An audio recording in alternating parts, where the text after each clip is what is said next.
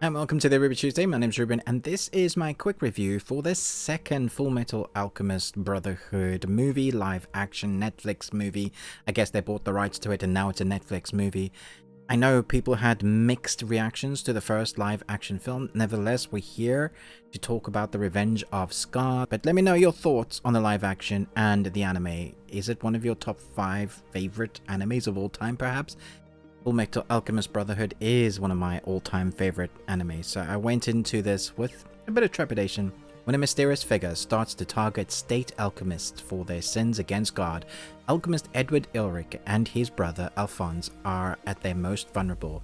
Meanwhile, the homunculi begin to unveil themselves once again. So the first live-action movie of the Fullmetal Alchemist had mixed responses because of the CG and the way it was shown and the lack of heart or emotion that it was able to bring between the brothers and some of the other characters that everybody knows and loves. I went in fully understanding what this was going to be in the first film, and I didn't hate it, but I definitely didn't love it. It's a movie that made me go and watch the anime again to remind myself why I love the anime so much. And I was confused as to what they did with this, like why they went to choose certain paths or how they established the characters to look certain ways or react certain ways differently. So I went into this thinking, well, hopefully it will be better than the first one.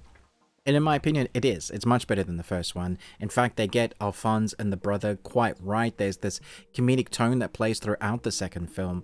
Eric is often immature in his responses to the situations he finds himself in everyday life. That kind of anime comedic tone is throughout and correct throughout the film compared to the anime.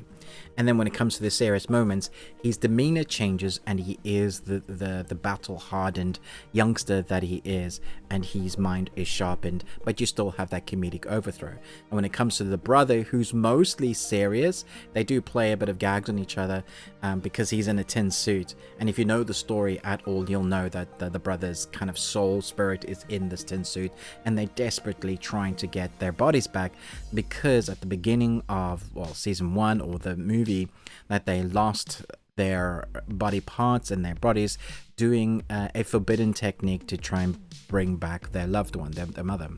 Obviously that didn't work, and so now they're just trying to get their bodies back, and they're in the military.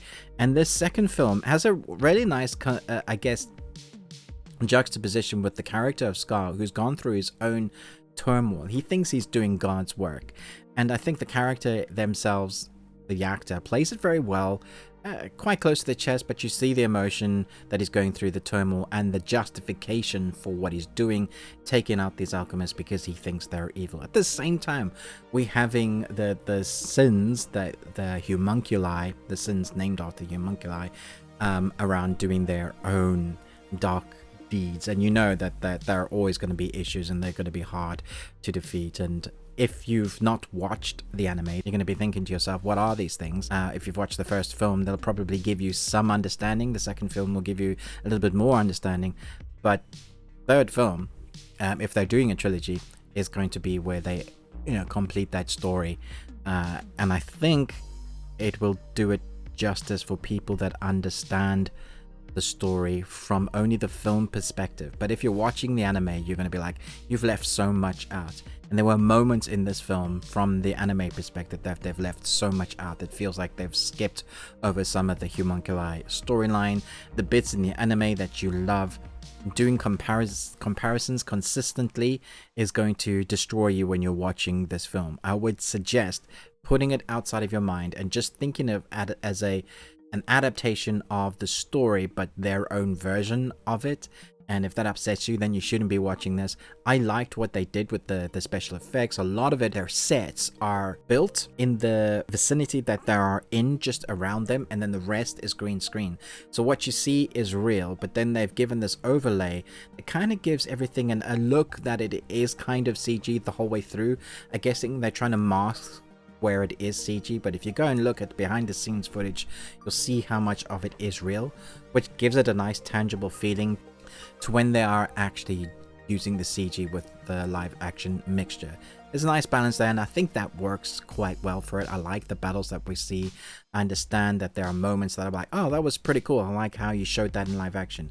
I'm still of the opinion that we don't need to adapt our favorite anime into live action. It just doesn't carry the same weight or emotional intensity that we get.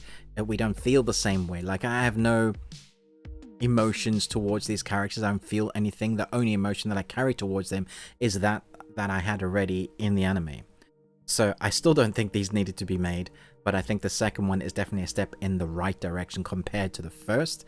I'm probably not convincing you to watch this. I would say if you're coming from it, you've never seen the anime, if you're going to watch these live action, maybe don't, and watch the anime instead. If you're not an anime person, then you can watch this. If you're not I don't like to read subtitles, it probably isn't the film for you, because the subtitles particularly are much better than listening to the dubbed voicing, which often is out of time because of the direct translations of the words that you get don't quite work. You'll often see the mouth still move after the dialogue has been given, and it just takes you totally out of it because you realize that isn't the original. You're not getting that original inflections or the voice work from the actors that are doing the job. Nevertheless, there are some great action sequences. It's great to see the brothers going up against basically people that are stronger than them. The homunculi take a big part in the storyline later on. There's some of the other characters from different countries that start playing a role in here, and it was nice to see how they put that into screen. For me, it was just fun seeing how they related that from the anime to this. But if I was coming to just watch this as a film, I think I would be a little bit confused as to the amount of stuff that they're putting in the film with no real context. If you've seen the first film, you'll have some context, but there is a lot that they're missing out. So I'm a real mixed bag of this. I think it's a massive step in the right direction. I think the acting was fairly good. I think the CG, in comparison with what they're showing is real and it's not real, does a good job at hiding the fact that a lot of it isn't. And I think the actual action is done well between, the alchemy. That is fun to see. There are characters that, you just smile because you know what they look like in the anime. Again, it makes me just want to go watch the anime. Yeah, I probably haven't convinced you. I haven't convinced myself that this is a good film, but I do think it's much better than the first. I think the first I gave 2 Nicolas Cages out of 5. I'm going to give this 2 3/4. This is Fight Night! It's close to a 3, but not quite. Definitely better, but not great. Let me know your opinion down below. Have you seen the Fullmetal Alchemist original anime and the Fullmetal Alchemist Brotherhood? Which is your favorite? Brotherhood is definitely my favorite, and the films are just meh. Thanks so much for watching. Here are another 2 reviews, but most of all, until next time, remember, live long and Tuesday.